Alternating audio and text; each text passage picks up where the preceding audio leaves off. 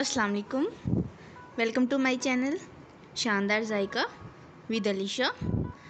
आज मैं आपके लिए लाई हूँ बंगाली सिंघाड़ा समोसा रेसिपी। बहुत यूनिक रेसिपी और बहुत टेस्टी बनकर तैयार होती है। इसके लिए मैंने 2 चम्मच ऑयल लिए, उसमें कुछ मसाले शामिल किए हैं। उसकी कुछ देर बुनाई करूँगी, कैप्शन में मिल जाएंगे आपको इनकी अच्छे से, ताकि अरोमा अच्छा सा इसमें आने लग जाए। जब ज़्यादा नहीं जलाना है इसको, बिल्कुल हल्की फ्लेम पर करना है। ये बहुत जल्दी जो है वो ओवर कुक हो जाएंगे। इसमें कुछ जो है मसाला मैंने शामिल किया है। इसके बाद मैं इसमें जो है नमक शामिल करूँगी। नमक शामिल करने के बाद इसकी कुछ देर जो है वो मैं बुनाई करूँगी, ताकि जो मसाले का है वो अच्छे से अरोमा आ जाए, पक जाए, कच्चा ना रहे। उसके बाद आलू शामिल करूँगी मसाले में और उसको मैश करती जाऊँगी। अच्छे से मैश करूँगी इसको, अच्छा सा इसका फ्लेवर जो आ जाए इसमें। मैशर के आप इसको नीचे उतार के हाथ की मदद से भी कर सकती हैं, अगर मैशर है तो मैशर में। इसके बाद इसको अच्छे से हम मिक्स करेंगे। बहुत यमी ये बनकर तैयार होता है। मानसून का मौसम चल रहा है, शाम को चाय के साथ कुछ ऐसी स्नैक्स खाने को दिल करता है। ये बेहतरीन रेसिपी है और कोई इतना टाइम नहीं लगता। बाज़ार से मिल जाते हैं, लेकिन वही बात है कि अगर आप घर में बनाएंगी तो बजट में रहते हुए आप इंजॉय कर सकती हैं। इसके बाद इसमें हरा धनिया और पुदीना शामिल कर दिया मैंने। इसको भी अच्छे से मिक्स कर, मौसम है दिल करता है इंसान का, तो आप घर में बनाएं बेहतरीन। इतना कोई टाइम नहीं लगता, कोई साथ है तो उसको हेल्प ले लें उसकी। बहुत मज़ेदार बनकर तैयार होती है और सब घर वाले इंजॉय कर सकते हैं मिलके। उसके बाद मैंने 2 कप मैदा लिया है। इसमें जो अजवाइन को मैं हाथों की मदद से इसको रगड़ कर फिर शामिल करूँगी, ताकि इसका एक फ़्रेश अरोमा जो है वो आ जाए, तो जायका भी इसका बढ़ जाएगा। इसके बाद नमक शामिल किया है, घी शामिल किया है मैंने, मेल्टेड घी था। मेल्टेड घी शामिल करने के बाद इसको मैं हाथों की मदद से, आप देख रहे हैं, इस तरह अच्छी तरह मसल लूँगी, ताकि जो घी और मैदा वो अच्छे से मिक्स हो जाए। इसके बाद बाइंडिंग आप चेक कर लीजिएगा।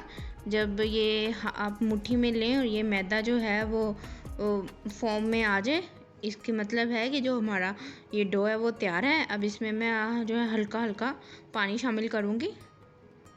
हल्का, ज़्यादा पानी शामिल नहीं करना, डो को बिल्कुल पतला नहीं करना हमने, बहुत हार्ड इसको जितना हो सकता है हमने गूंदना है। इससे जो है हमारे समोसे खस्ता बनेंगे और वो जो है अच्छे से जैसे बाज़ार जैसे बनते हैं बिल्कुल वैसे बनेंगे। अगर हम ज़्यादा पतला कर देंगे तो वो बिल्कुल भी सही नहीं हमारे समोसे की शेप आएगी और ना ही वो सही तरह फ्राई होंगे।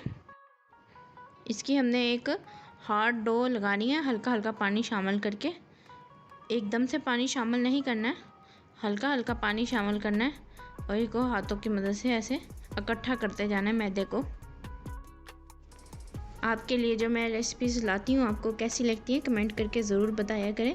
इससे जो है हौसला अफजाई होती है, ताकि आपके लिए और अच्छी अच्छी रेसिपी लेकर आऊँ।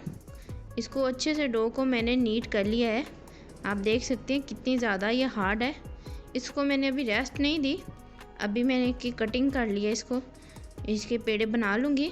उसके बाद इक्वल पार्ट में मैंने इसको जो है डिवाइड करके इसके पेड़े बना लेने छोटे छोटे। ज़्यादा ये बड़े नहीं हमें, क्योंकि ये जो समोसा होते हैं ये तकरीबन मिनी समोसा आप इसको बोल सकते हैं। मैंने पेड़े करके इनको कुछ देर रेस्ट दिया था, 10 मिनट। उसके बाद इसके पेड़ा लूँगी एक, उसके ऊपर मैदा लगाऊँगी और इसको बेल लूँगी। आपने इसको जो है वो राउंड शेप में नहीं बेलना है, बेजवी शक्ल में जो है इसको बेलना है। उससे जो है आपके समोसे की शेप बहुत अच्छी आएगी और वो बैठा बैठा समोसा नहीं होगा। इसको देख सकते हैं आप, मैंने बेजवी शक्ल में बेलने के बाद इसको सेंटर से कट कर लिया। अब इसके चारों कोनों पे मैं पानी लगा लूँगी, ताकि ये अच्छे से खुले ना, जुड़ जाए। उसके बाद ऐसे इसको हम फोल्ड कर लेंगे। इसकी फोल्डिंग बहुत ज़रूरी है, आप ध्यान से देखें, अच्छे से प्रेस करूँगी ताकि कि घी में जो है वो खुल ना जाए। इसके बाद इसमें जो फिलिंग करूँगी, जो मैंने बना के रखी थी, आप एक दिन पहले भी इसको फिलिंग को बना के रख सकते हैं और जब आपका मन करे इसे बनाकर एंजॉय कर सकते हैं। इसके बाद मैंने साइडों पे पानी लगा के, इस समोसे की जो पट्टी भी होती है वो नॉर्मल समोसे से थोड़ी सी मोटी होती है, जो हम अमूमन अपने घरों में बनाते हैं। वो उसका साइज़ भी, ये देखिए इसका साइज़ भी जो है वो छोटा है, उसका साइज़ बड़ा होता है, जम्बो साइज़ का समोसा होता है वो। इसको आप मिनी समोसा बोल सकते हैं। इसी तरह दूसरे बाकी तमाम जो है वो समोसों की मैं फिलिंग इसी तरह कर लूँगी। आप इनको बनाकर फ्रीज़ भी कर सकते हैं इस पॉइंट पर, और जब फ्रीज़र से जब निकालेंगे, क्योंकि ये आलू का समोसा है, तो आप प्लीज़ इसको डिफ्रोस्ट करने के लिए बाहर मत रखिएगा। जब जैसे ही आप फ्रीज़र से निकालें उसी वक्त उसको गरम गरम घी में शामिल कर दी, उससे ये सही फ्राई होते हैं। नहीं तो ये जो आलू होते हैं वो ख़राब हो जाते हैं अगर आप उनको डिफ्रोस्ट करने रखेंगी, तो उसके बाद वो पानी छोड़ देते हैं। मैंने घी गरम किया। इसकी बहुत इम्पोर्टेंट बात, घी जो है वो आपका ज़्यादा गर्म नहीं होना चाहिए। अगर ज़्यादा घी गर्म होगा तो जो है हमारे डो है उसमें बबल्स आ जाएंगे और हम समोसे बिल्कुल भी अच्छे नहीं बनेंगे, छोटे छोटे बबल्स आ जाएंगे। ये मीडियम गरम ऑयल है और आंच भी हमने मीडियम ही रखनी है, तेज़ आंच नहीं करनी है। समोसे शामिल करने के कुछ देर बाद जब ये बबल्स आने शुरू हो जाएंगे तो इसको चम्मच की मदद से हिलाते रहेंगे ताकि जो कलर है वो इक्वली सारे समोसों पर आए, वो कहीं से ज़्यादा गोल्डन और कहीं से कम ज़्यादा ना हो जाए। तो इसलिए मैं इसको चम्मच की मदद से चलाती रही हूँ। ये देखिए कितने अच्छे हमारे बाज़ार जैसे खस्ता समोसे बनकर तैयार हैं। आप इनको शाम की चाय के साथ इंजॉय करें, ये सबके लिए फेवरेट है। जो मर्ज़ी आप स्नैक्स खा लें, लेकिन इस समोसे की जगह कोई नहीं ले सकता। बंगाली सिंघाड़ा समोसे ये देखें हमारे तैयार है बनकर। मैं आपको चेक कराया था पहले भी, अब भी चेक कराऊंगी। इतने ये खस्ता बनकर तैयार हुए हैं, ये देखें। वीडियो अच्छी लगी हो तो चैनल को सब्सक्राइब ज़रूर कर दीजिएगा और वीडियो को लाइक कीजिएगा, शेयर कीजिएगा। अल्लाह हाफिज़।